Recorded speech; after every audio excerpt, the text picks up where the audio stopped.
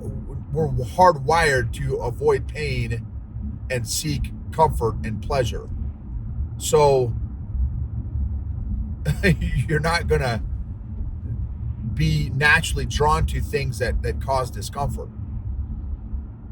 Again, especially if it's already hardwired in your brain that anything you've ever learned about emotions, your beliefs, your narratives, your emotions about emotions is bad. Well, man, that's tough to recover from. I mean, but here's the deal. That's critical to do, to work through. And of course, that's just part of the exercise. But that's critical to do to figure out what you're up against. Not to beat yourself up. So this is all to this whole journey of emotional intelligence should be done with curiosity and grace and patience and trust. Welcome to the EQ Gangster podcast, where you will learn practical tools to grow your mental and emotional health and intelligence to be the best version of yourself, both at work and at home. It is real, raw, and transformational. The journey of emotional growth isn't easy, but it's worth it. I believe in you.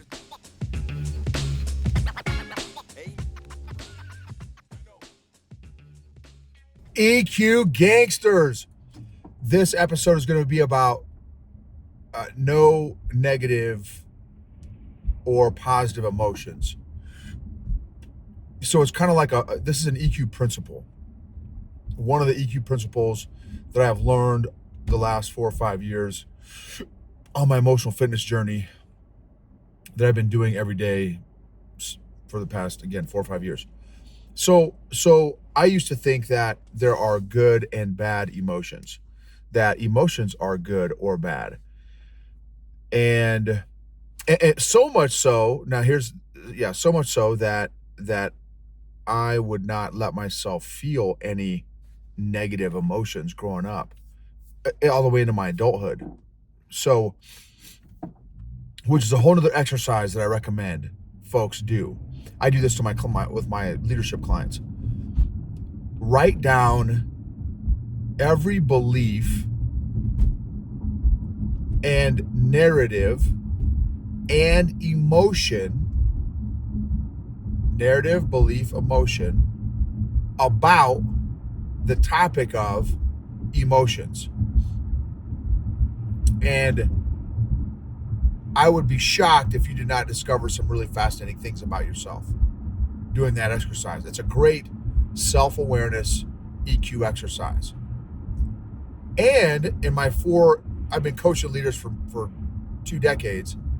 In my 4 years of EQ coaching, leadership coaching, I have yet to meet a man that does not have a negative mental and emotional file around emotions. So how do you think they feel about getting emotionally healthier or growing their emotional intelligence when the vast majority of their mental and emotional file about emotions is negative? We're hardwired to avoid pain and seek comfort and pleasure. So you're not going to be naturally drawn to things that cause discomfort. Again, especially if it's already hardwired in your brain that anything you've ever learned about emotions, your beliefs, your narratives, your emotions about emotions is bad. Well, man, that's tough to recover from. I mean, but here's the deal. That's critical to do, to work through. And of course, that's just part of the exercise. But that's critical to do to figure out what you're up against. Not to beat yourself up. So this is all to this whole journey of emotional intelligence should be done with curiosity and grace and patience and trust. If you remember that episode I did a while back, not judgment and critique. That's not those aren't helpful emotions to learn. They don't lubricate the learning machine in our systems. Judgment and critique do not lubricate our mental learning mechanisms, whereas grace, patience, and curiosity and trust do lubricate our mental and emotional learning mechanisms. So here's how I approach. If I get a leader, because I'll ask, this is one of the other things I do with a number of the leaders I work with is I'll do, this is an EQ exercise, which is it's a self-awareness exercise.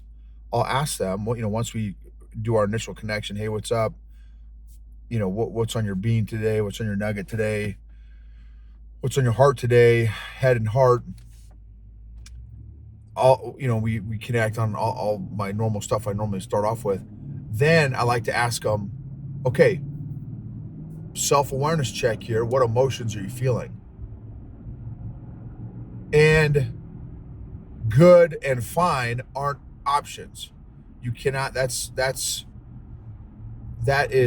takes zero mental or emotional strength.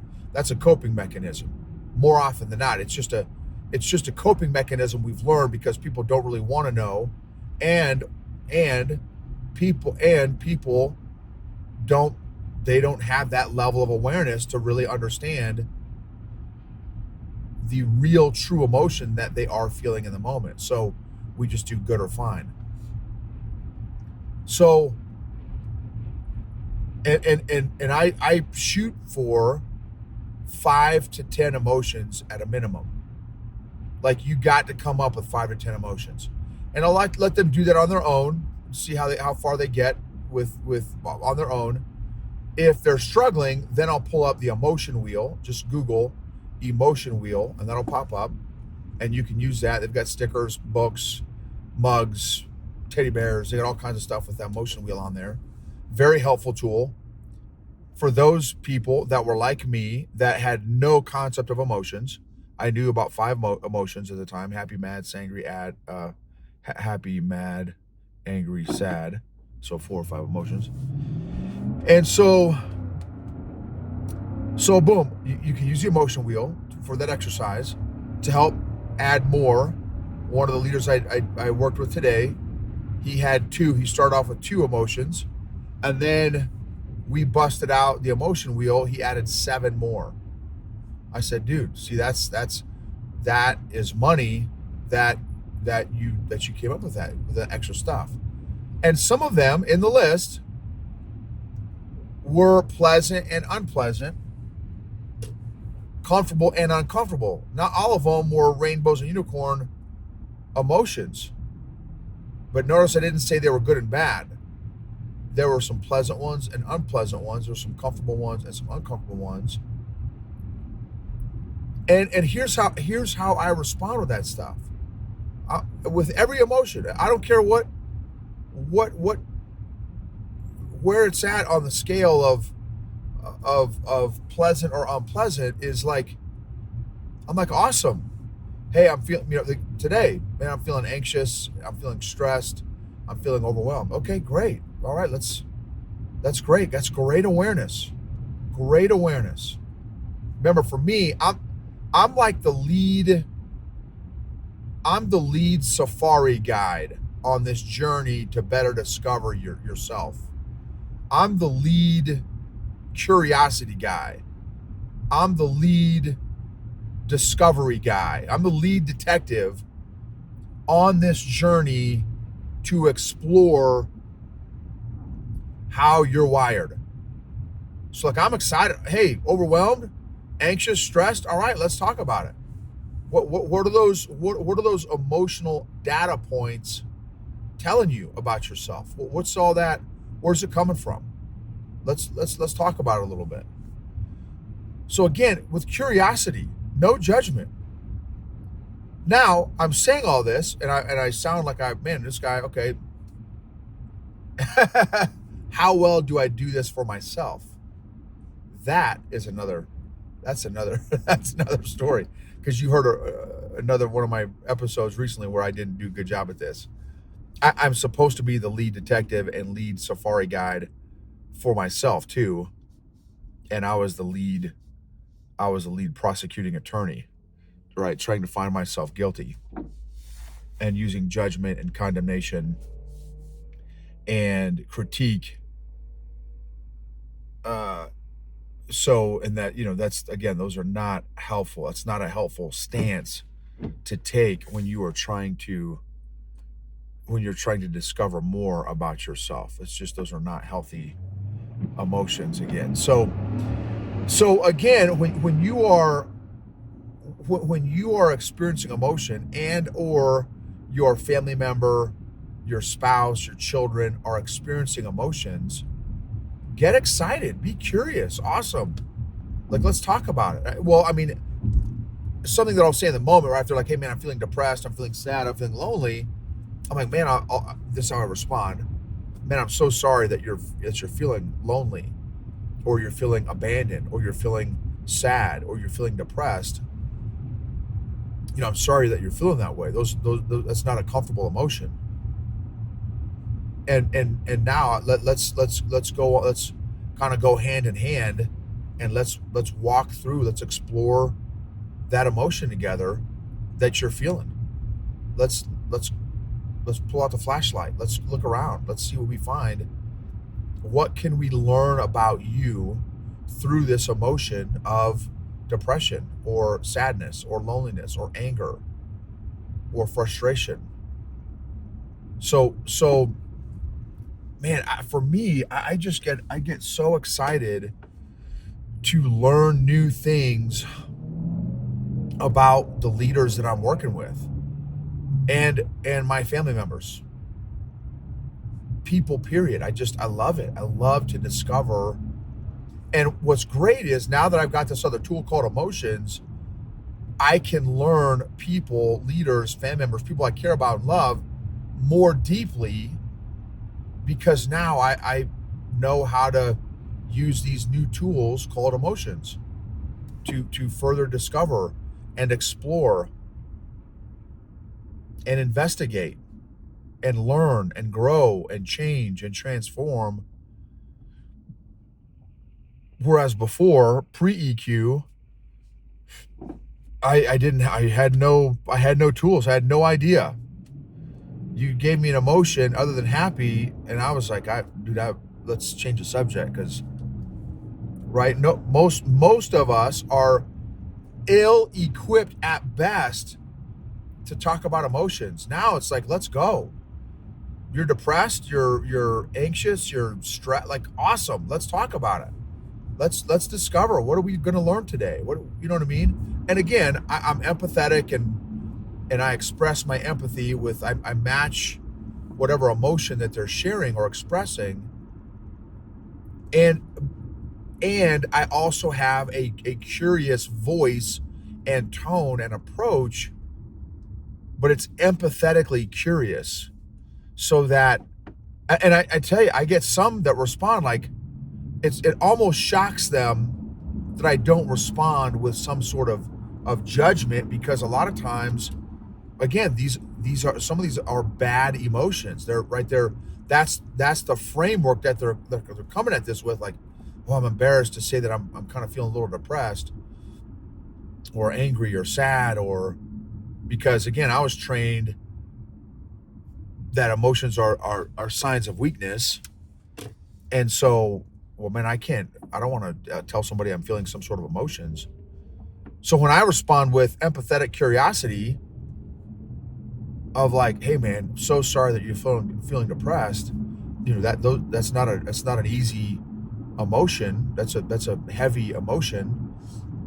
Dude, let's go. Let's jump in there. Let's talk about it. Let's look around. Let's look around in the nooks and crannies of this depression emotion that you're feeling, and let's learn, man. Let's put our learning hats on, our construction hats, and let's go to work. How are we going to change today? How are we going to grow today? Like, oh man, it gets me so freaking stoked, man, to learn this stuff. Because when you learn and you grow, you can become a better version of yourself, and and become more effective of who God made you to be as a leader, as a husband, as a wife, as a mother, father, instructor, whatever your job is. Like, you can become more effective in that role when you learn this stuff about yourself. So, and listen, so in this whole episode, I don't want to make light of heavy emotions. I also don't want to. I also do want to convey that heavy emotions are not the end of the world. They're also tools, just like any other emotion is. So heavy, light, comfortable, uncomfortable, pleasant, unpleasant, they're all it's all data, it's all signs, it's all information. How can we become more effective at learning and growing and changing from that data, from those pieces, those data bits of information? So thank you. So thankful for you all. Thank you for being on this journey. Love learning and growing alongside you all. Share, subscribe, rate, review. Love hearing from you all in terms of your reviews. Like, what are you getting out of the different episodes or insights, how you're growing, how you're changing. Really appreciate that kind of feedback.